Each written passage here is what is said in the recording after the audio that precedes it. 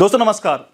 उत्तराखंड में भ्रष्टाचार का ये आलम है या इस स्थिति में भ्रष्टाचार पहुंच गया है कि आरटीआई के माध्यम से जब हम इनसे सूचनाएं मांग रहे हैं तो ये आरटीआई में अब लिख के दे रहे हैं कि हम आपको सूचना नहीं दे सकते। हम इसलिए सूचना नहीं दे सकते क्योंकि आप इस सूचना का गलत उपयोग कर रहे हो, यानी कि जो हमारे भ्रष्टाचार का आप खुलासा कर रहे हो, तो अब हम आपको ये सूचना नहीं दे सकते। ये देखिएगा, ये लिखित में है और इसमें यह लिखा गया है कि सोशल मीडिया के माध्यम से माननीय कैबिनेट मंत्री धन सिंह रावत तथा कर्मचारियों की छवि धूमिल की जा रही है तथा आपके द्वारा सूचना का गलत प्रयोग किया जा रहा है, जिसके अतिरिक्त किसी प्रकार की सूचना दी जानी संभव नहीं है। यानी कि भ्रष्टाचार का आप आरटीआई के माध्यम से खुलासा करोगे तो वो खुलासा का दुरुपयोग होगा। अब आगे देखिएगा इनके कारनामे।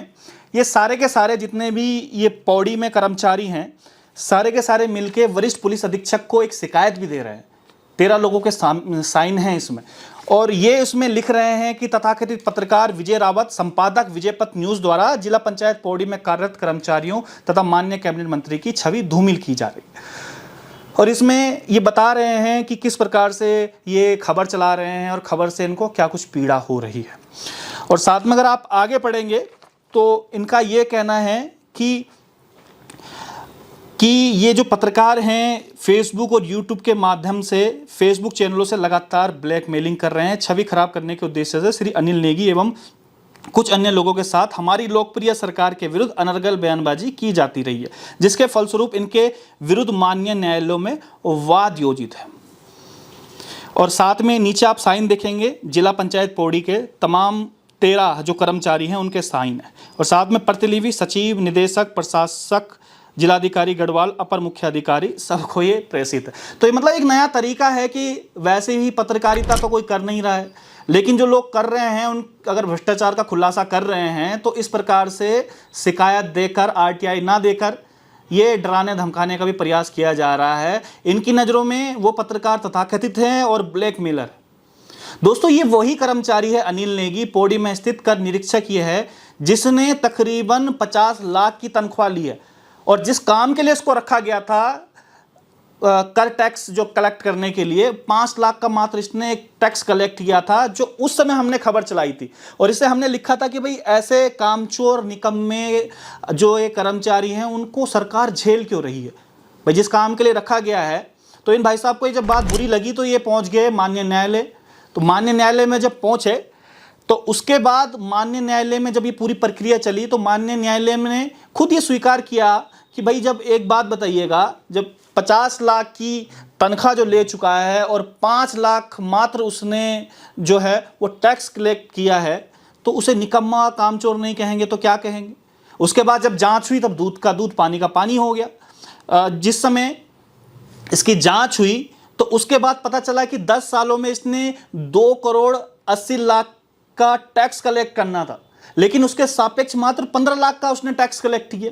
और भी टैक्स तब बाद में कलेक्ट हुआ जब हमारी ये तमाम खबरें चली, तो 15 लाख के ये टैक्स कलेक्ट कर पाए।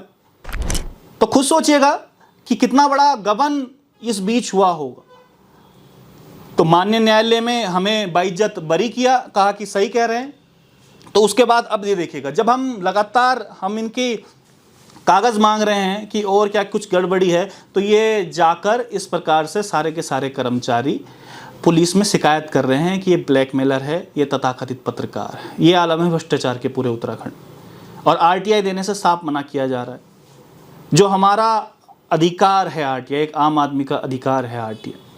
तो इन दिनों इस प्रकार के भ्रष्टाचार पूरे उत्तराखंड में चल रहे हैं और ऐसे निकम्मे कामचोर अधिकारी पर ये जो ऊपर बैठे हुए अधिकारी हैं इनको संरक्षण प्राप्त कर रहे हैं। उस पर कार्रवाई करने के बजाय जो वहाँ के सीडीओ ने जांच की थी, अपूर्वा पांडे ने, और साफ साफ वो लिखा था कि भाई इसके 2 करोड़ 80 लाख के सापेक्ष में मात्र इन्होंने 15 लाख का टैक्स कलेक्ट किया है।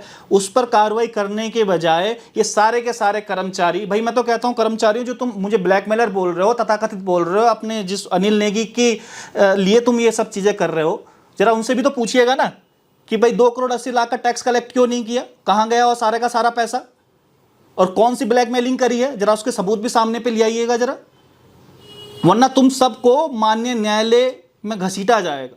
क्योंकि बोलना बड़ा आसान है, ब्लैकमेलर तथाकथित, लेकिन जब वास्तव में सबूत देने पड़ते हैं तब जाकर पता चल पाता है। तो ये आलम है पूरे पंचायती राज विभाग के, और महा भ्रष्टाचार वहां पर किया हुआ है। जल्द आप सीरीज में देखेंगे कि कौन कौन लोग उसमें शामिल हैं। तो वो भ्रष्टाचार का पुलिंदा इनका ना खुल जाए, तो इसलिए आरटीआई देने से भी मना किया जा रहा है। आप लोग कमेंट में जरूर लिखिएगा कि ऐसे निकम्मे और कामचोर अधिकारियों पर क्या कुछ कार्रवाई होनी चाहिए, या सरकार इन पर क्यों आंखें मूंदी बैठी है, क्यों इन पर कार्रवाई नहीं कर रही। पर जब इनके ऊपर कार्रवाई करने की बारी आती है तो कहा जाता है कि भाई ये नॉन सीटीसी कैडर पद है, यहाँ पर निदेशालय से कोई कार्रवाई नहीं हो सकती, ये तो उस स्तर का मामला है, जिला स्तर का मामला है, इसमें तो या तो डीएम, क्योंकि नियुक्ति अधिकारी डीएम है, नॉन सीटीसी कैडर है तो डीएम इस पर कार्रवाई करेगा, या फिर जो है अपर मुख्य अधिकारी इस पर कार्रवाई करेगा। तो जिला पंचायत का मामला है तो जिला पंचायत अध्यक्ष इसमें कार्रवाई करे। पर जिला पंचायत अध्यक्ष क्यों कार्रवाई करे? जिला पंचायत अध्यक्ष के तो ये खास है, जो अपर मुख्य अधिकारी जो ये सब आरटीआई देने से मना कर रहे हैं, तो ये तो लोग उनके खास हैं, सारे के सारे कर्मचारी।